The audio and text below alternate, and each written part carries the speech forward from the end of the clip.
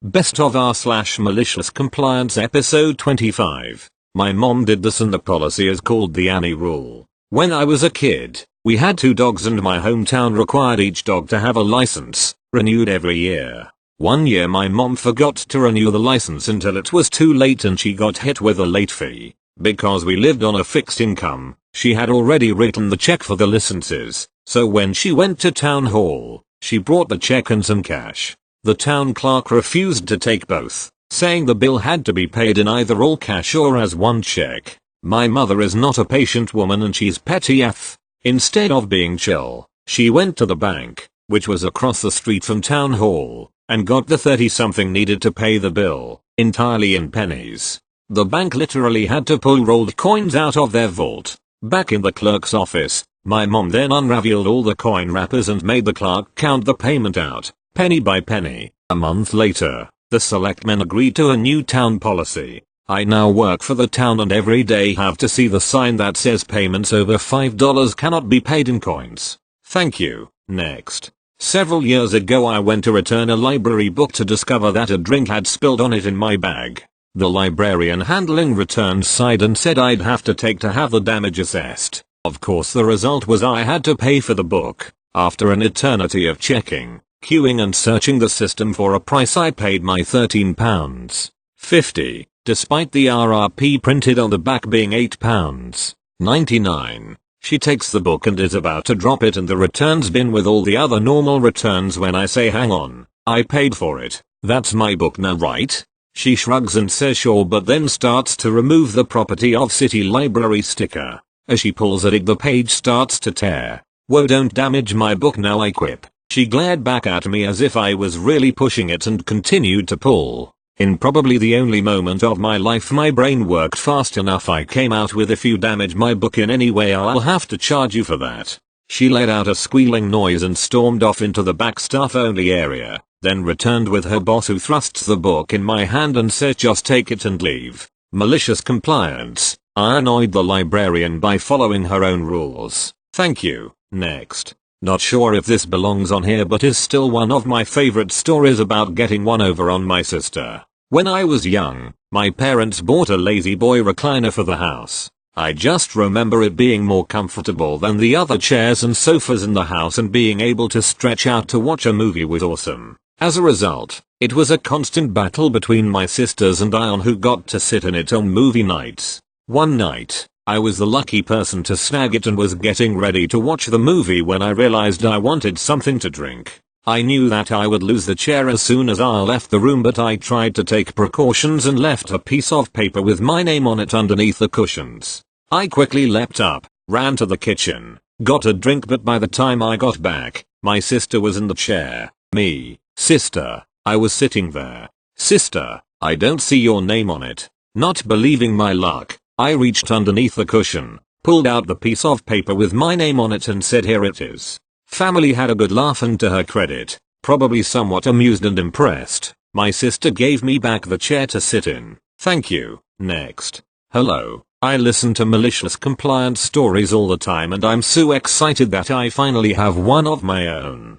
To start, I work at a data center regulated by a military company. We have a very strict no phone policy. Since this policy was made by the company, it basically trumps everyone's position in the office. My desk is located near my boss who has an office. When he gets in, he has meeting after meeting to go to so it's typical for him to come in, throw his stuff down, and leave for the day's meeting. The thing is, he has the annoying habit of leaving his phone on the desk, on loud. So when his alarm goes off, it blares out everything else. I'm a system administrator, so my job is to help users with their access to our systems.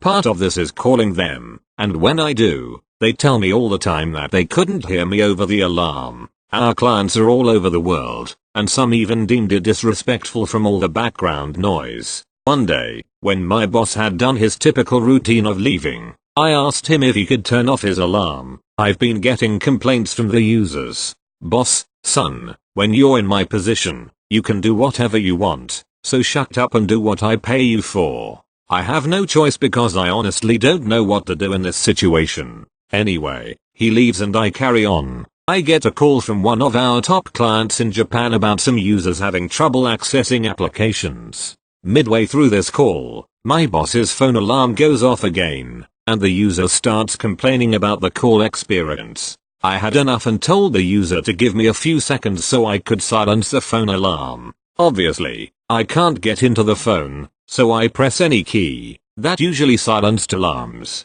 While I'm doing this, boss walks in and catches me. Boss, WTF are you doing in my office? Me, I had to. He cuts me off. Boss, get the fuck out and don't ever touch my stuff again, or you're fired, you contractor P.O.S. Me, sir, our Japan clients are complaining about the background noise and call quality. Boss, you heard me, don't touch my shit, and let them complain, I'm the boss here. He also added that if anyone wanted to challenge him, try it. I'm thick-skinned, but this moment I was heated. I sat down, closed my eyes and took a deep breath. I looked down on my desk to see a flashing light indicating someone on the phone, and I had completely forgotten about the client on the other end. I picked up the phone and turned mute off so the user could hear me again. Before the user could even speak, my boss's alarm starts going off. The user eventually hangs up from frustration. Cue malicious compliance. I got the great idea that if I could get enough users to complain about the phone, something could happen. About 80% of the calls I took had the alarm noise in the back. I went as far as to roll my chair as close to my boss's door as possible, for the alarm to be as loud as possible. Users begged me to turn it off, but I told them I couldn't. I honestly wasn't trying to be a dick to users, but my hand was tied and the boss wouldn't do anything. I needed to either leave, or make him leave. Users kept complaining. I kept denying to touch the phone. They started submitting bad reviews for me until one day, I get an email to meet our HR rep about my performance. As we went over everything, I noted that it was my boss's phone and that's what the users were complaining about. Oh, I mentioned I couldn't touch it either, and how he was threatening to fire me. The HR rep's jaw dropped. I don't know immediately what happened, but by the end of the day, I get another email stating that the boss didn't work there anymore and to disable his accounts and secure his CAC Common Access card. I processed this request with the biggest grin cheek to cheek. I found out later that it was the phone, not the bad language that he got fired for. Also, for anyone who doesn't know, if you get caught with your phone in a secure location, they take it and don't give it back due to the risk of compromised data. He had a brand new iPhone 11 Pro Max. Thank you. Next. So I'm a professional video editor, and I have a client who is a healthy baker, wanting an online presence. So I was editing a baking video for her, until she asked me in an email to add a blooper reel. I asked her what clips of the 2 hours of footage she would like to be a blooper reel and how she wants me to add it in. She responded by saying, I don't know, just make it how you think is best, then upload it. Me, you want me to upload it? Her, yes. Me, okay. Well, between 13:53 and 14:10 I edited how I thought was best. https://m youtube.com/watch v = 6 iFuji even t. I know it's not like a crazy story, but I thought it was funny she told a college-age video editor do what you think is best. Hope she isn't mad and fires me lol. She also asked me how to promote a video, and I told her to find relevant communities on Reddit that would enjoy the video, and then proceeded to teach her how to use Reddit. So there is a very small chance she could run into this post. I'll update when she finds out. Thank you. Next. So this is another story from my childhood where I maliciously complied with my dad.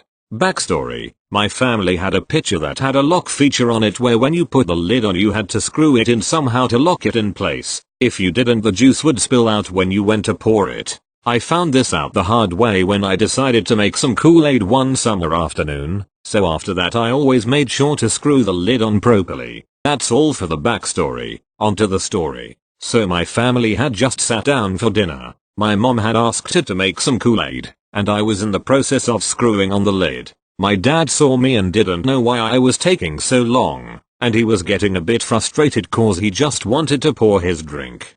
Dad, what are you doing? Give it to me.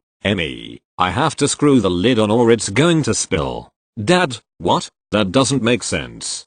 Give it to me. Me. It's going to spill. Dad, give IT to Me. So with that I immediately stopped what I was doing and handed him the pitcher, and I watched with bated breath, waiting for what I knew was coming. Then my dad picked up the pitcher and tilted it to fill up his glass. As soon as the juice hit the lid it began to spill out the sides and onto the table. Dad, what the hell? He immediately stood the pitcher up and glared at me for a moment. Then he just grabbed his napkin and began to clean up the mess he just made. Edit. Typo picture to picture. Thank you. Next. While walking through a big box store's discount section, I saw a KitchenAid standing mixer for on sale for $100 because it was an open box. I enjoy cooking and had always wanted to get into baking, so I picked it up and went straight to the checkout with it. When I got home with my new, heavily discounted price, I realized that inside the box was indeed a standing mixer, but it was a Farberware, not a KitchenAid. Someone had obviously switched it out to get the KitchenAid at the Farberware price, which just so happens to be $100. I was disappointed and ended up taking it back. When I took it back, I explained that there was a Farberware mixer in the KitchenAid box and they agreed that someone had switched it out and just gave me my money back. That would have been the end of it, except I had to go back to the store 3 days later and, while going through the discount section, I saw the same KitchenAid box with the Farberware still in it. The yellow discount sticker said KitchenAid and it was still $100 and I was a little pissed that they would put this back out there knowing damn well there wasn't a KitchenAid there. So of course, I bought it again. This time, after checking out, I took it straight to the returns desk and the conversation went somewhat like this. Me. I just bought this mixer and on the outside, the box says KitchenAid and on the sales sticker, it says KitchenAid, but inside is a Farberware. Obviously I believed I was buying a KitchenAid. I knew I wasn't, and I would like a KitchenAid mixer.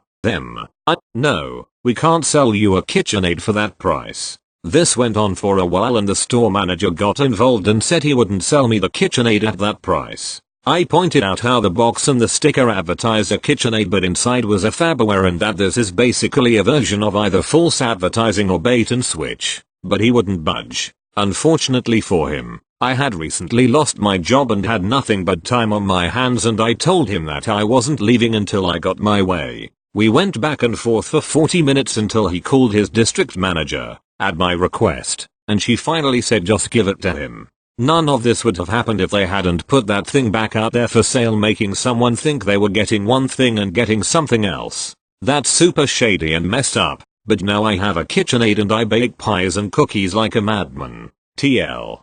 Doctor, store knew they were lying about what was in a box and sold it anyway. I got what was supposed to be in the box.